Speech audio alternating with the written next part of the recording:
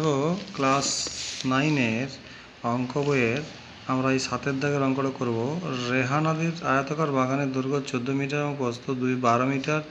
বাগানের ভিতর চারদিকে সমান চওড়া একটা রাস্তা তৈরি করতে প্রতি বর্গ মিটারে 20 টাকা হিসেবে মোট 1380 টাকা খরচ হলে রাস্তাটা কত চওড়া হিসেব করে। ওকে, দেখো আমরা এটা বললাম মাত্র, এটা আমরা তোমরা খাতায় করবে। দেখো আমি করে দিলাম যে প্রথমে একটা ছবি আঁকবে, এরকম 14 মিটার আর 12 মিটার আয়তাকার একটা ছবি আঁকবে, দৈর্ঘ্য 14 প্রস্থ 12 লিখবে। এটা দিয়ে তার ভিতরে একটা রাস্তা বানাবে। তো রাস্তা বানালে একটা তার ভিতরে একটা আয়তাকার বাগান তৈরি হয়ে যাবে। তাহলে এই রাস্তাটা কতটা চওড়া, তাহলে এই রাস্তাটা ধরেছি x মিটার চওড়া। তাহলে আগে ওইটা করে নিই রাস্তা সহ। তাহলে রাস্তা সহ বাগানের দৈর্ঘ্য 14 মিটার প্রস্থ 12 মিটার, তাই ক্ষেত্রফল 168 বর্গ মিটার। মনে করি রাস্তাটি x মিটার চওড়া।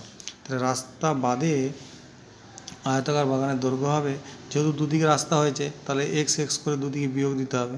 তাহলে 14 - 2x মিটার আর প্রস্থ হবে 12 - 2x মিটার। তাহলে রাস্তা বাদে আয়তাকার বাগানের ক্ষেত্রফল কত হবে, ওই দুটোর গুণফল করতে হবে, দৈর্ঘ্য প্রস্থের গুণ। ঠিক আছে, ওকে। এবারে এখন দেওয়া আছে আমাদের কি, যে 20 টাকা বর্গ মিটার হিসেবে 1380 টাকা রাস্তা বানাতে খরচা হয়েছে।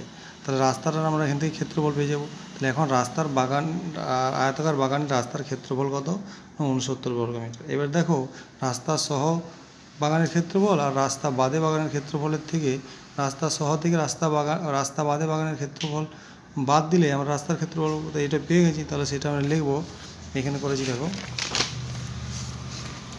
যে রাস্তা সহটা 168 ছিল আর রাস্তা বাদে ছিল 14 - 2x আর 12 - 2x। এটা বিয়োগ করে দিলাম। তাহলে এটা গুণ করলাম, এটা গুণ করে এই বক্স প্রথম বন্ধনীর মধ্যে রেখেছি। তাহলে 168 আছে, দিয়ে এটা মাইনাসটা গুণ করেছি, মাইনাসটা দিয়ে ব্র্যাকেটটাকে গুণ করেছি। তাহলে এটা 168 কেটে যাবে, অথবা কি রয়েছে 24x 28x 4x square into 69। এটাকে আমরা ক্যালকুলেশন করেছি।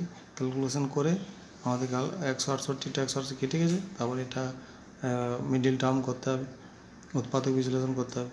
এভাবে উৎপাদক বিশ্লেষণ করে আমরা দেখতে পাচ্ছি যে এক্সের মান একটা আসছে 11.5 আর একটা আসছে 1.5। তা 11.5 তো হবে না, কারণ ওখানে আমাদের ছবিতে 14 আর 12 দিয়ে আছে, দৈর্ঘ্য 14 প্রস্থ 12 দিয়েছে।